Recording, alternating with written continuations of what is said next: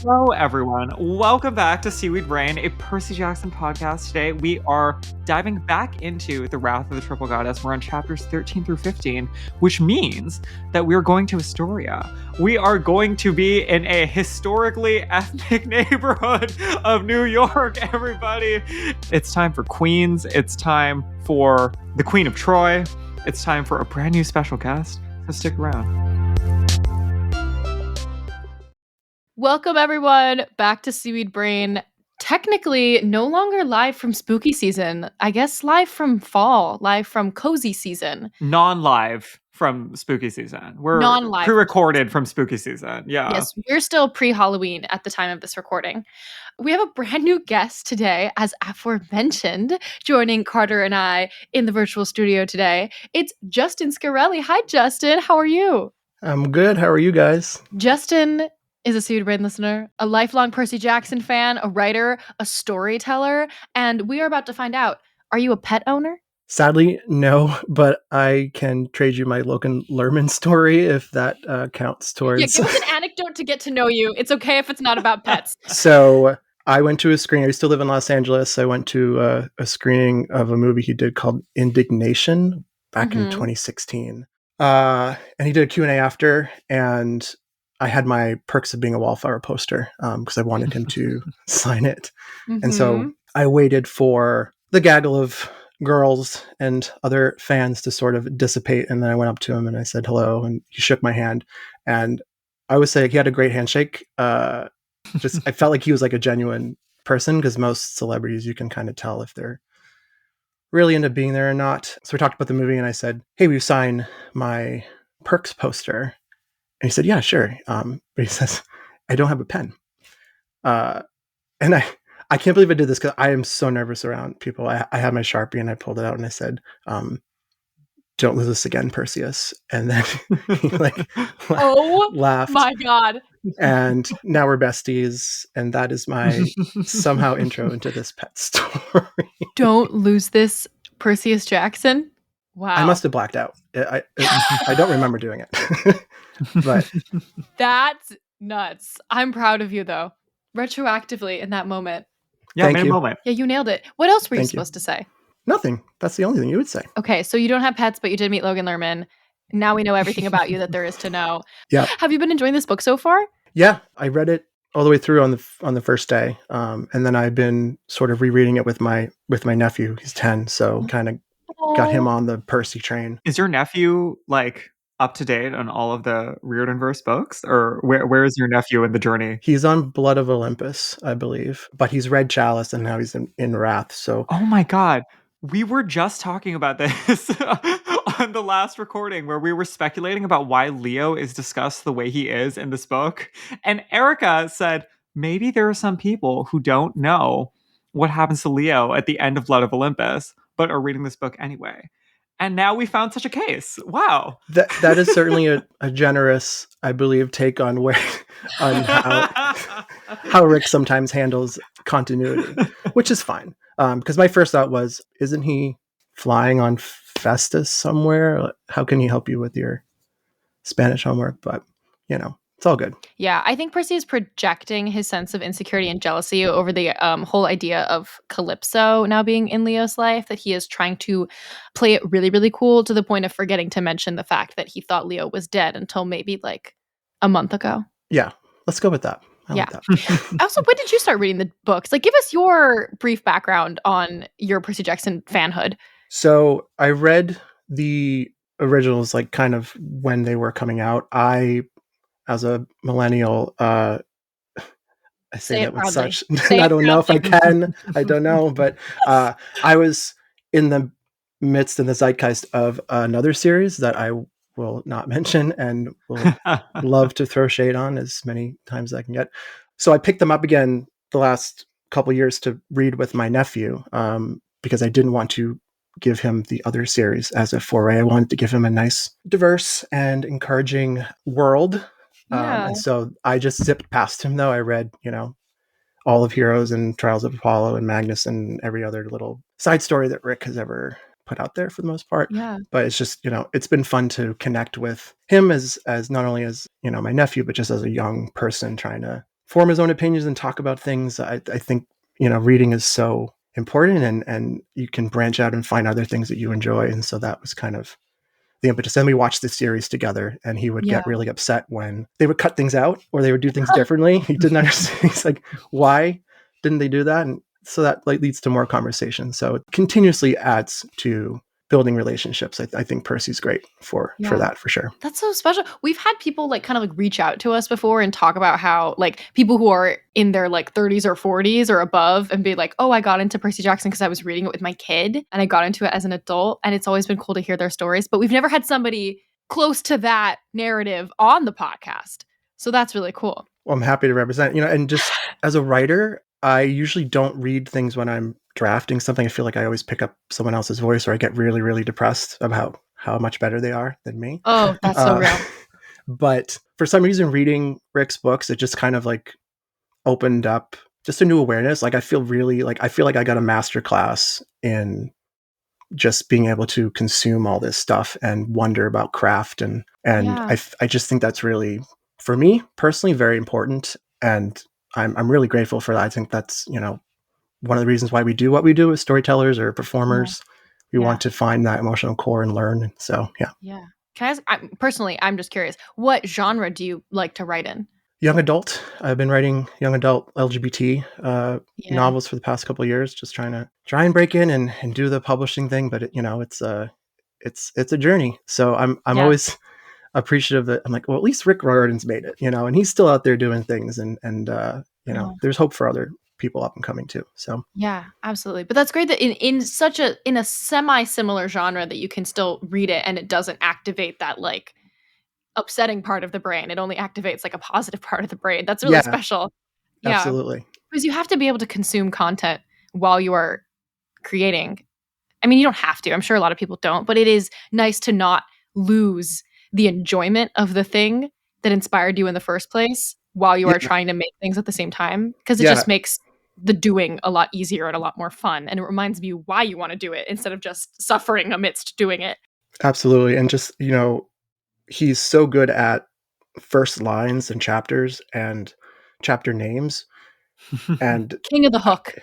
But I was like, well, maybe he's really good at this, or maybe he struggles, and maybe that's the reason why every chapter in Heroes of Olympus is just a person's name, because he got sick of it. But learning how to hook was just so fascinating about what he's able to do in such an economical space. So I have learned and tried to emulate that in what I do on the page, for sure. It's not in this discussion, but chapter 16 is entitled Hellhound's ! At the disco. And I did not know that he had that in him. God He's bless. been sitting on that one since 2008.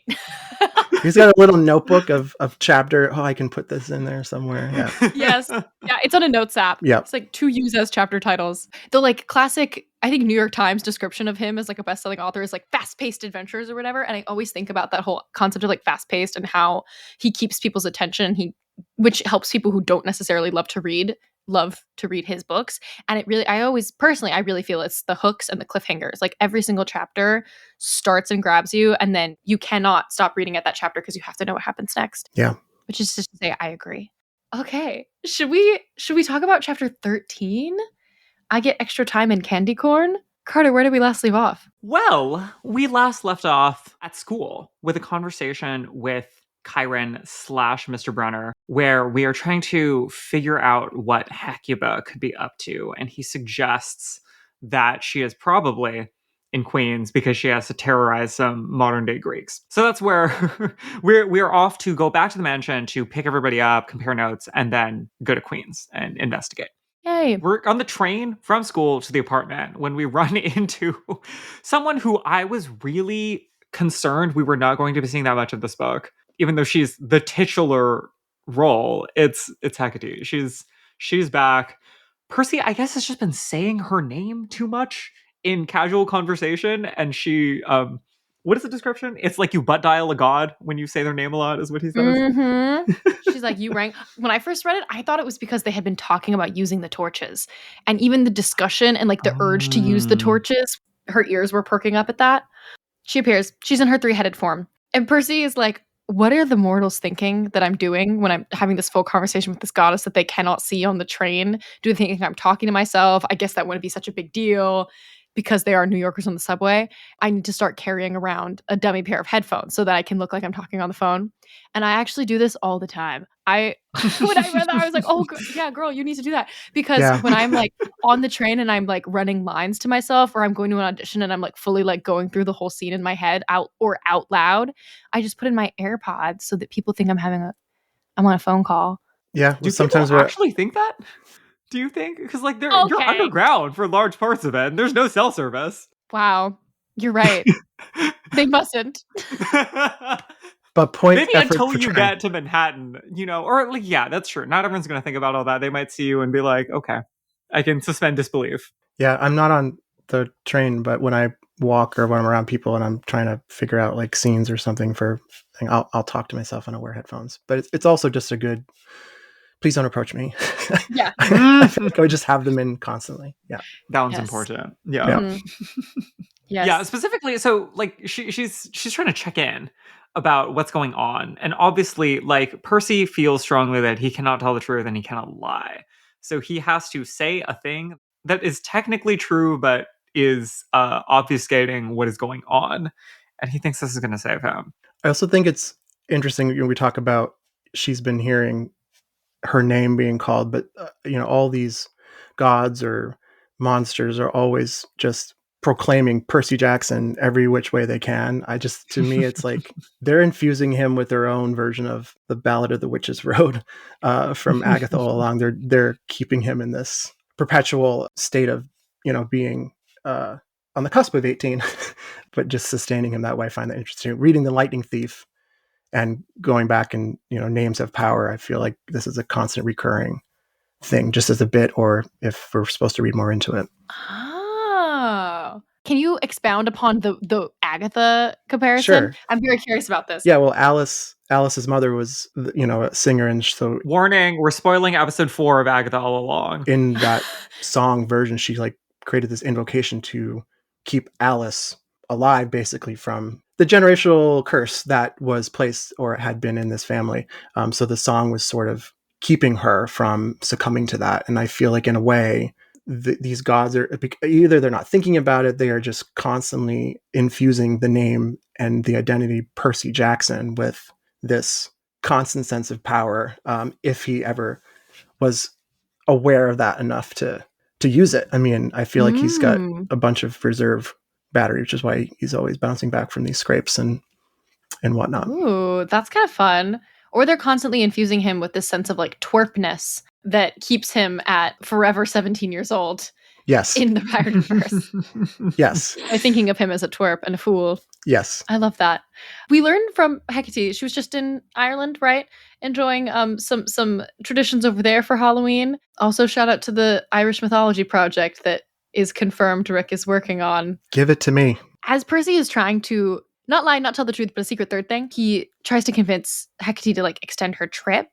And she talks about how she always wanted to, quote, attend that festival in Transylvania, which I am personally going to take as a Rocky Horror reference. You can also apparently party at Dracula's castle. So I feel like that would be a fun time too.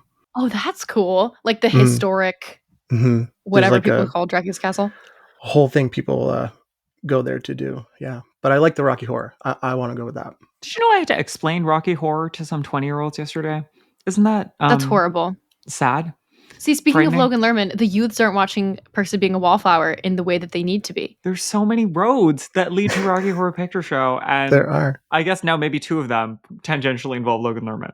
There we go. He also says, Percy, in his internal monologue, about the way to distract somebody is to get them to talk about themselves. So it just made me wonder, like, who has he used this or found this sort of revelation? Like, is he doing this to Mr. D to get out of like camp chores? His mortal friends, his swim bros, like how is he incorporating this into his life? Because it's actually a astute observation. It seemed kind of like he had done some exploration of using this tool. It's definitely something I feel like he's learned from Annabeth through her classic evade, get the monster to talk and buy yourself more time tactic. But it would be fun to see him use that on his swim bro. But this is also teammates. For sure, like if you're talking about like he's trying to get into college now. That's like, let's say 60-70% of the battle right there is figuring out how to ask the correct old people about themselves. He's off to a good start. Wow, Carter, that's really good advice for people applying to PhD programs. Yeah, well, for all programs, if you were like a young person trying to secure a new position, have that one in your back pocket. You know, like 2 good questions to pivot the conversation to just be about the personal interests of whoever you're talking to. Gold. Easy money. Wait, speaking of valuable lessons, Percy responds to this by saying, Transylvania, I love that for you. Once again, who taught Rick how to say that? He's probably on the set just writing little things down that walk Yeah, he's just like spending a lot of time around very young people, and it shows. I also do want to shout out the bag of candy corn that Hecate leaves behind in her wake, because that is kind of a cute calling card. That's campy. It's so campy because candy corn has nothing to do with Hecate, and Hecate frankly has nothing to do with Halloween. But the idea that like in the flame of Western civilization, modernization of Hecate existing in America in 2024, she has glommed on to Halloween as part of her vibe, and therefore has also glommed on to leaving behind candy corn. Yeah. As a cute witchy thing for herself to do. Yeah.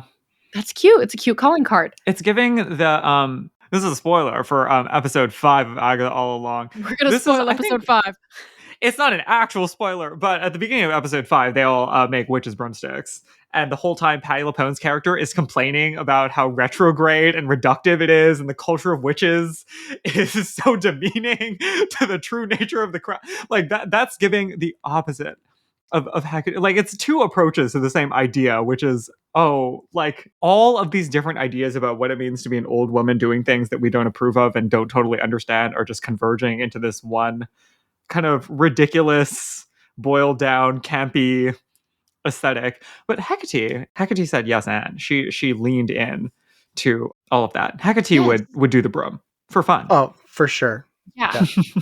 She's trying to get Gale to fly on, she's doing all sorts of stuff. So Percy, when he finally makes it back to the manch, he explains everything about his day, candy corn, Grover eats the candy corn, and the one thing that Annabeth, like her one response, like the one thing she takes away from this whole story is that she wishes Chiron showed up at her school to be her substitute teacher, which again, haha, funny toss away line, but no, actually, I would be pissed if I was Annabeth. She's the one who actually has a relationship with him. That's her father. Yeah. You just popped in to Percy's school and gave him all the answers. Meanwhile, I'm your literal daughter. I am like 1 subway ride away, and I spent all day researching and wasting my time for you to just say exactly what I discovered today to Percy's face. I'd be pissed. It was a little aggravating. I do feel like in Chiron's defense, substitute teaching at Annabeth's school would not probably actually help him on his future substitute teaching to recruit future demigod endeavors, because it's not the right type of school. It's probably not the right student population for him to be picking up generic demigods. How do we think Dave and Hannah would think of Chiron as substitute? I don't think Hannah would like Chiron at all. No.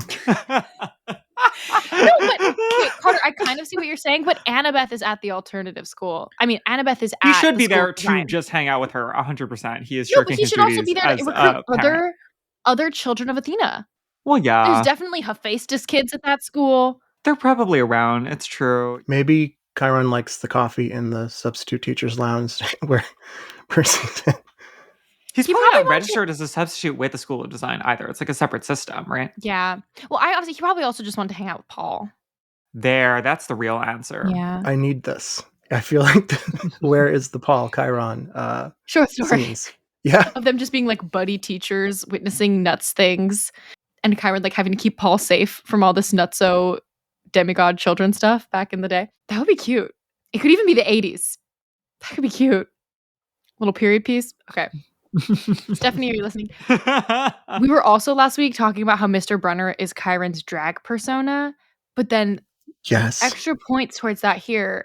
Percy says, I imagine the centaur rolling up to advanced dressmaking with a sparkly tie, rhinestone glasses, and sequins on his wheel rims. He could totally have pulled it off. It's very in the party pony area. I feel like Chiron is adjacent to that, right? He could put an outfit together, I feel. Mm. And it's very Percy to say, like, I bet he could be fierce. Ally. Yeah, Percy is really... There are many moments where his vibe is strongly like the boy who likes to say, yes, Go off. Yeah, alley boy? More like ally boy. Ally boy. Woo! Maybe that's what Nope actually meant to say. Ally boy. Slang. Ally boy. Yeah. Ally. Yeah. Nope is given nicknames to all three of them. Annabeth's nickname is Mom. Fair. Grover's nickname is Chew Toy, and Percy's is Alley Boy. Or maybe potentially Ally Boy. Ally boy. Yes. I also think he comments about, because Annabeth says we should pitch that to Hollywood, and Percy's like, I'm not sure if she's serious. I just think that it's interesting that before in the earlier chapter with Sally, he's commenting on how he does not want somebody writing a book about him, and here he's having a reaction to potential some Hollywood pitch, meaning us just obviously very probably meta commentary, but I find that amusing that Percy's like, please no, I don't want that kind of eyes on me unless I do it. It is funny how much of Rick's experience while coming up with the stories for this trilogy at the same time as working on the TV show kind of bleed into the book. Not only in the obvious like characterization senses, but also in little things like this. Like he's obviously thinking a lot about what it means. Knows the industry now. Yes, he's thinking about the industry. Industry is a capital I. Yeah, the industry referring, of course, to the only one. Right. But one of the things, just like from a craft standpoint, that like I feel like I notice is like, obviously these books exist while the series is being written. I feel like Rick has sort of gleamed or onto the screenplay, and like I feel like there are certain things in way that he moves the quote unquote camera that I could see have an influence of having been on set and seen how these play out visually. Not that he's not or was not a visual writer, because he is, but I think there's little like technique stuff that he's doing here, I feel like are connected to the fact that he's watching this world get reinterpreted and saying, "Ooh, this is fascinating. Here's how I can write a line or direct some line of sight there." I absolutely agree, because he's always been a very cinematic writer, but there are certain things, like certain gags in this series so far, that feel like they are direct, like script action lines. Like the one that comes to mind immediately is the Annabeth and Percy looking at each other and going, "Grover," and then running into the house. That, and just the conversation with Hecate, where it Percy is just saying a lot of "yup, whatever." Like the cadence, the rhythm is very cinematic to me. So I find that interesting too. Like it's not Percy, but it's also, you could put on the skin of this is Walker or version of that saying these lines as if you're saying dialogue on camera. So I find that interesting. Yeah, when he's like, "I wonder what everybody else is seeing." That's a classic like cut to wide shot of him talking to nothing, and then some person on the subway being like, "What the hell?" Well, yeah, Annabeth is pissed that she had to do all this research that Chiron just explained to Percy. And Percy's also kind of getting the sense, this is an interesting, intuitive feeling he's getting, that Hecate is tempting them to make bad choices. Do you guys think that she's doing that? Oh, for sure. I feel like the nature of her is of offering these pathways and choices. I don't know if it's like specifically, I'm testing you, but maybe it is. I could see that. Or if she just like, wherever she goes and whoever she interacts with, she gives off that aura of giving them an opportunity to make a bad choice. I think that things are just going really badly for them this weekend. Worse than usual, maybe. And Percy is having a hard time reconciling with that. Even when he starts to talk about this, Grover is like, no, like, you don't need to make an excuse. Like, I've been weak and I've been making bad choices. Which is the first time on this week's episode that I'm going to say, is Grover okay? I think we need to check back in with Grover. I know that there's a lot going on and we have a mission, but like, he's clearly not doing well. He needs therapy with Mr. D or whatever he and Nika Mr. D and Nika were doing. Yeah, he needs to sit down and just pull up a leaf and and share his feelings. Or he just needs like a heart-to-heart time with Percy and Annabeth. Yeah. Which they haven't had time for. Let's take a break. We're back. Chapter 14. We find some dead guys. Carter, do you want to read the description of Astoria? It's so cute at the start of the chapter. Astoria may be a famously Greek neighborhood, but in New York, that just means more tavernas than usual, mixed in with the taquerias, ramen joints, and sushi bars. You never get just one kind of thing in the city. It's always every flavor all the time. That's why I love it. I was feeling a little wistful about this as we walked. I wondered whether the Bay Area would ever feel as much like home, and if I would live long enough to ever find out.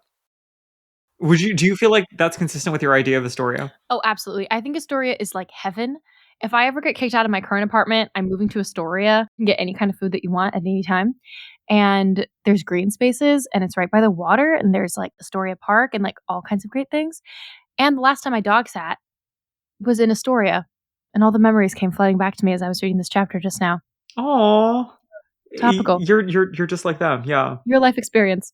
I do think that it's a recurring thing. I think, especially in this chapter, that I think is starting to open up that channel that Percy's feeling, that wistfulness that anyone would on the cusp of a big transition, Yeah. and sort of feeling very grounded in this place. And I'm going somewhere else that's exciting, but will I have that same feeling, and will it evoke these things? I think that is relatable and definitely plays into his emotional state. It's understandable for sure. Mm-hmm.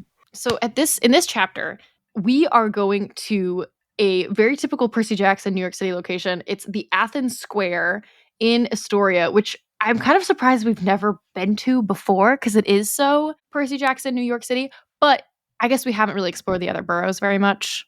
We really have not. Brooklyn for the Canes, and now kind of doing a little bit of Queens in this series as Percy goes to high school in Queens. I wanted to go here when I was in New York a couple weeks ago to see Romeo and Juliet. So I did some Wrath things. I went to the chapel where Peter Stuyvesant is buried, and I went to Grand Mercy Park. But this was a little too far away from me, but I did want to go check it out. It looks really cool.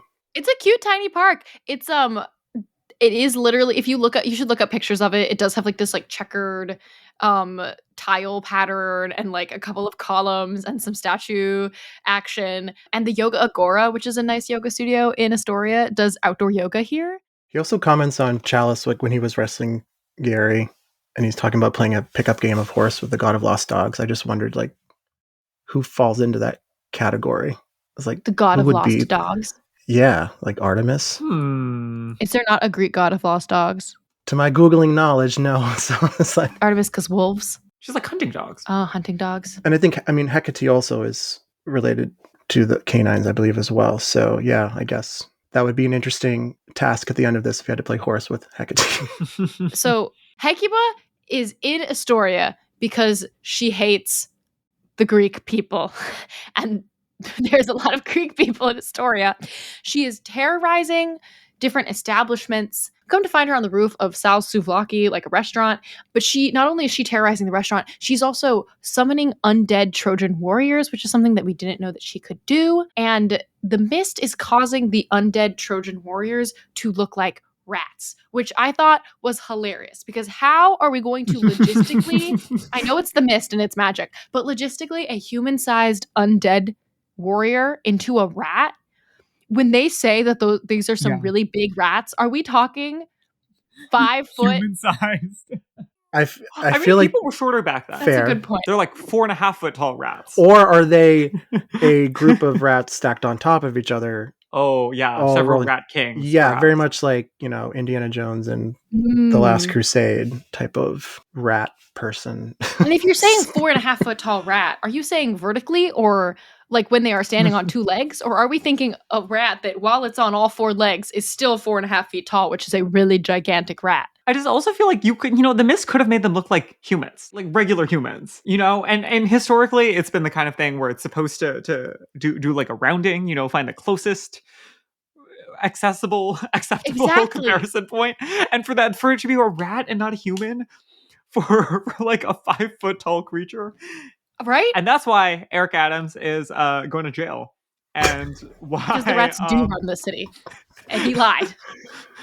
If they're 4.5 foot rats, yeah. I like the idea that in New York, the mist is like, well, instead of working too hard, we'll just change everything to rats. Like, whatever it is, it's going to be a rat. And the rat will be the size of whatever that thing actually is. It's like a default setting for all boroughs. People will accept it. Yeah. Yeah, and everyone will accept it. And that's why there's so many rats. Yeah. Because everything is rat summer. We're dealing with these rats. As it turns out, you can stab them, you can get rid of them. It's not a huge deal. However, if they touch you, you have this bone deep POV flashback to what Hecuba was experiencing at the end of the Trojan War. Like, you are seeing your city burn, your children die. It's really intense. And Percy goes through all of that, and he's really he has to throw up. It's a lot for him. Yeah. This is not something we've ever experienced before, right? I mean, we've had many a historical flashback into somebody else's perspective, but it's typically because of a dream. Daedalus comes to mind. Zoe Nightshade, Garden of the Hesperides comes to mind. But this is the first time where it's a light of day vision. Yeah, this is like a supercharged like empathy link. Hmm. The way that it's written, I just think is really interesting. Like, Yeah. he says, lying in front of me was the broken body of my last son, my beautiful boy, whom the Greeks had slain like all my other children. They'd taken everything from me, my husband, my family, my city, my hope. When you're reading that in the scope of the action, it kind of makes you stop and you're like, wait, what? It's such a economical use and like such a visceral like experience. Like, I don't think we've seen that in quite this way from Rick or from Percy. I just had to read it a couple times and just go, oh, okay, that's really fascinating as a way to translate information instead of having it be a dream or any other method that he's used in the past. Yeah, the willingness to sort of depart the conventional ideas of time and space in order to like get the story across faster. Again, it feels a little Mark Oshiro. The shackles are off because Mark said I can do whatever I want and inspired me to do whatever I want. It's very cinematic. It's got that non-linearness of the sun and the star, or like the way you would tell something in television. Like it's asking the audience or the reader to stay in the emotional space with Percy, but to kind of twist what you might think would happen in that next few sentences and just like, okay, this is a new way for Percy to understand and connect with this other entity. While this fight is going on, I also, again, part 2, Grover, somebody needs to sit down with him and check in on if he's okay. Because everyone is fighting, and at one point he does like a goat kick and he like breaks a window or something on some car. And you can just hear him kind of in the background shouting, "Sorry, I can't stop breaking things." To me, that's a cry for help. Grover is not doing well. It definitely is. Yeah. He's going through something. Do we think he's aware, like super self-aware of it through now, that this is an active thing that he's doing, or is this some sort of fear that he is? I don't think he knows yet. I think he's having like a prolonged anxiety attack throughout this entire book. Yeah. Would you like to quote the Iliad now, Justin? Yes. For those who don't know, Hecuba was the wife of King Priam in the Iliad and Troy, and her son Hector was slain by Achilles. So this little passage from book 24, I think, is evocative enough of what she'd gone through and what Percy just kind of relayed. So it says, this is the Emily Wilson translation, by the way, which I highly recommend. If you are adverse to reading classics, it's a really brand new Emily Wilson translation. It's a good way into the story. This is Hecuba lamenting. She says, Hector, by far the dearest to my heart of all my children, when you were alive, the gods loved you, and even in your death they care for you. Swift-footed Lord Achilles enslaved and sold the other sons he captured in lands beyond the unrelenting sea. Samothrace, Imbros, and volcanic Lemnos. He took your life with his sharp bronze and dragged you despoiled around the tomb of his companion, this is my insert, wink wink, Patroclus, whom you killed, but even so, he could not raise him back to life again. So this is what she experienced in this moment and what Percy has just sort of lived through in this weird osmosis between the dead and him. Yeah. I'm looking for the exact quote that Chiron gives again about ghosts. Not all ghosts are souls of the departed, Percy. Some of the worst ghosts can be memories, regrets, the choices we've made or failed to make. So in this case, a memory. Because I don't think that she necessarily feels as though she's failed to make any particular choices. There's so much going on in this book. I'm just trying to like circle it all into one super clear project. But it's also a point, like, I think a lot of this book also is elevating Percy as an emotionally intelligent young adult and individual.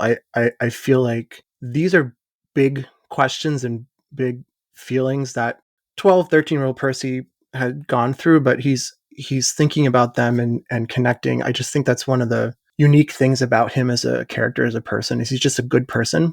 I think a lot of that is to do with Sally. But his humanity is the thing that often is the power.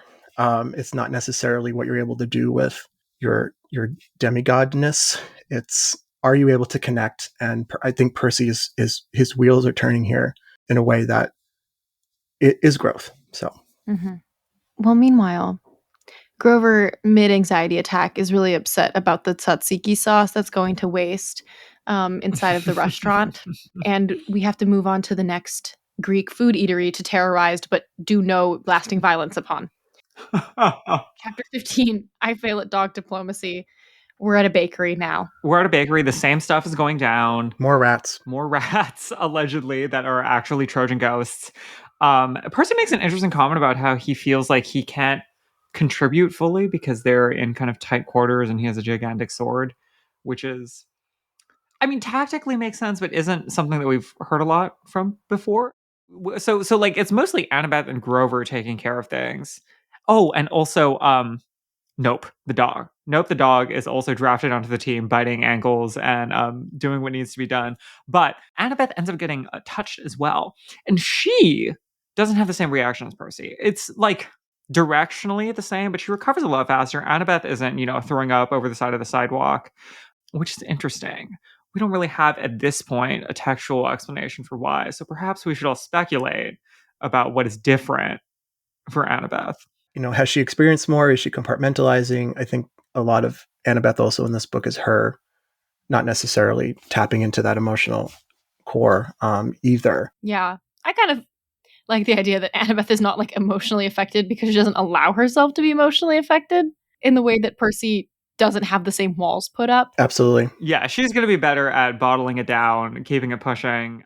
All of which leads we deal with these ghosts, these Trojan reanimated zombie soldiers, and we are back to dealing directly with Hecuba, who this time, unlike last time, notices Nope.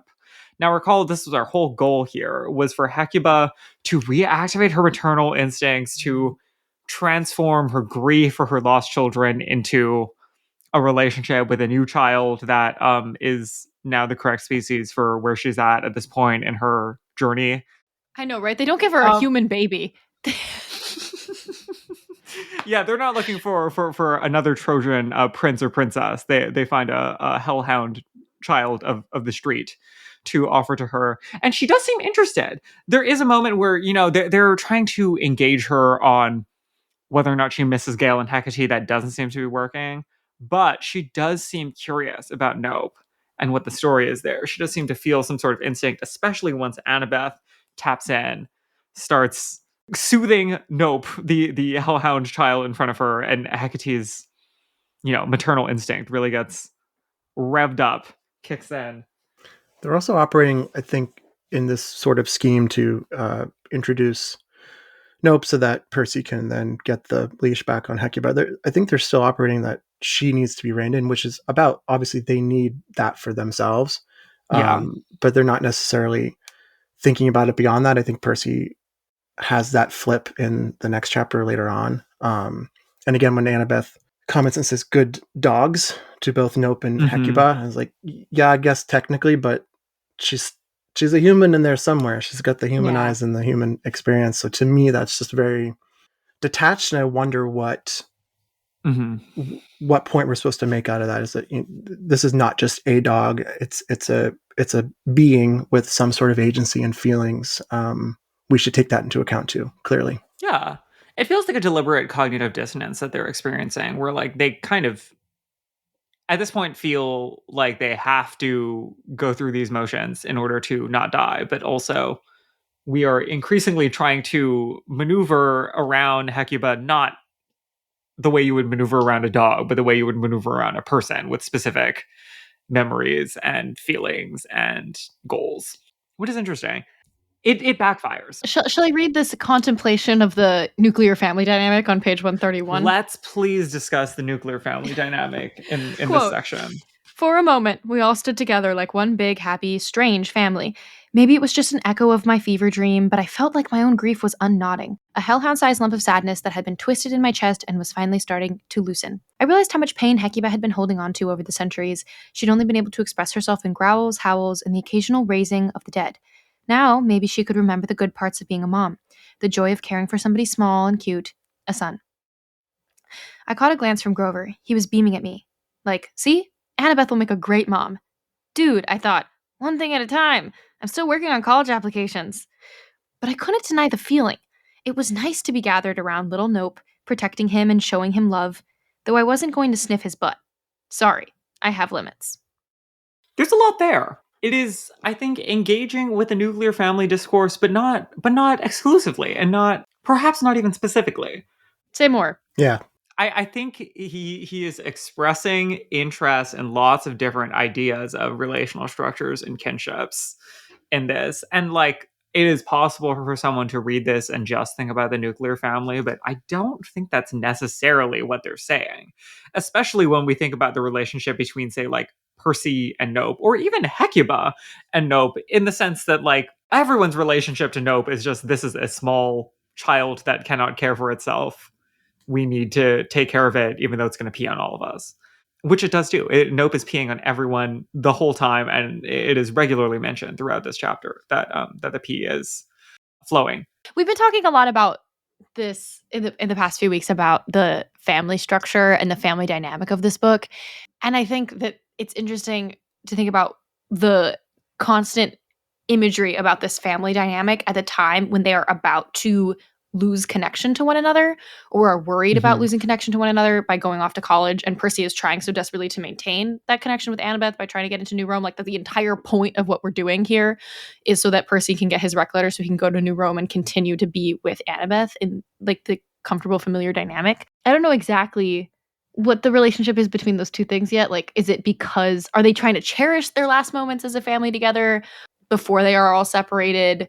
Like you said, there's levels. There's the understanding or just acknowledgement of what's currently in front of them, and then there's also the layers of, you know, the trio as a sort of, I don't want to say nuclear family, but a family, and then it's going through it will go through a change, a structural change, which is offsetting some of these.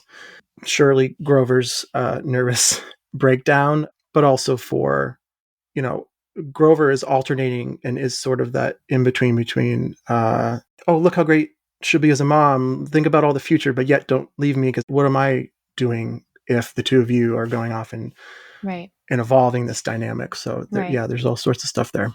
It's almost like as they are at the brink of losing their found family, they are more than ever clinging on to this idea of the most traditional, stable nuclear family that they can. Okay, close enough. Welcome back, WandaVision. But none of them have really had that nuclear family. I mean, you know, Annabeth's life and Percy, you know, they haven't had that traditional necessarily, that structure, just by nature of them being demigods. Right. They're all playing at it based on the idea of what they think it is. Right. Again, Wanda. It's true. It's true. Anything else? Oh, I just wanted to mention when Percy is kind of commenting on this, it made me think of a line from Hamlet again about Hecuba. It's the what's Hecuba to him, or he to Hecuba, that he should weep for her. And Hamlet is commenting on these actors performing the story of Hecuba. And I think Percy is experiencing emotions for somebody he doesn't really have any connection with. And I think that's really interesting that he's able to form these sort of thoughts about what might be necessary in terms of finding some sort of agreement with her going forward. He really is displaying high levels of empathy in this book, as he always does, but especially here. I won't speak too much on it, but I think the continuation of this and how Percy has sort of unpacked these pearls of, he's had the emotional experience of witnessing something as her, and then he's sort of unpacking it in this moment, trying to do the thing that he needs to do, but not really paying attention to what her needs are. And then eventually having this moment between the two of them where it is this emotional dam that's broken, and Percy is, in his own vulnerability, finds the path that needs to happen, which is like a lot of this book is about choices, but it's also, I think, about agency and having agency within the choices. I don't think that Hecuba and Gale had a ton of agency in that. And what does that say about the goddess of crossroads, not necessarily taking into account what these beings would have wanted? So for Percy to find a way in through, again, his emotional capacity, his own vulnerability as a human being, I think, to me, that's always something that stood out. Even in this fantastical world, it really is about the human connection, and that's often the thing that breaks the barrier that allows him to succeed and have some sort of forward momentum. Absolutely. Yes. Thank you for that, Justin. I think that's a great note to end on. Thanks. The empathy and the humanity of Perseus Jackson. Even though this episode will be airing after Halloween, Do you want to tell us what you're dressing up as? I will be dressing up as a good uncle, and I will go and trick or treat with my niece and nephew. That's the Aw. plan. Yeah. That's brilliant. Okay, I'm glad you're trick-or-treating. Yeah. Would you like to share where people can find you on the internet? Sure. I'm on just Instagram, just my name, Justin Scarelli. But I will be there posting on threads and talking about mostly exclusively Percy and my own writing. But Yay. it's been fun. So I really appreciate the. Oh, I'm repping your merch. See, I have it on here. Oh my god! I bought it because of Mr. Jason Grace down here in his brick, because I feel like I would love more love for the Sun and Jupiter, I think, in the fandom. Since you're our first time guest here, do you want to say some thoughts on Percabeth before we go? Yeah, ask me the question. Do you, Justin, believe that Percabeth is the greatest love story ever told? That's the getting the trophy, right? You know you've arrived when you're asked about Percabeth in this format. So I came of age watching a little show called The X-Files, and Mulder and Scully were, I believe, and maybe it's apocryphal, the reason why the term shipping exists, because the collective fandom had to wait 7 years, 2 movies, and a revival to maybe get some sort of idea about these two people and their relationship. However, I will say that Percy and Annabeth, I think, are the most self-actualized love story of all time. I do feel like they are the blueprint, and a really good representation that, like, a lot of people are reading these books, but the age group that is seeing this relationship play out and grow and evolve, absolutely, I would say that it's quite possibly the greatest love story of all time. I'll take it. Listen, I'll take it. Thank you for joining us, Justin. Thank you for having me. Frankly, spooky season isn't over until we say it is, so we'll see you all next week to dive into Troy. Bye, all. Bye.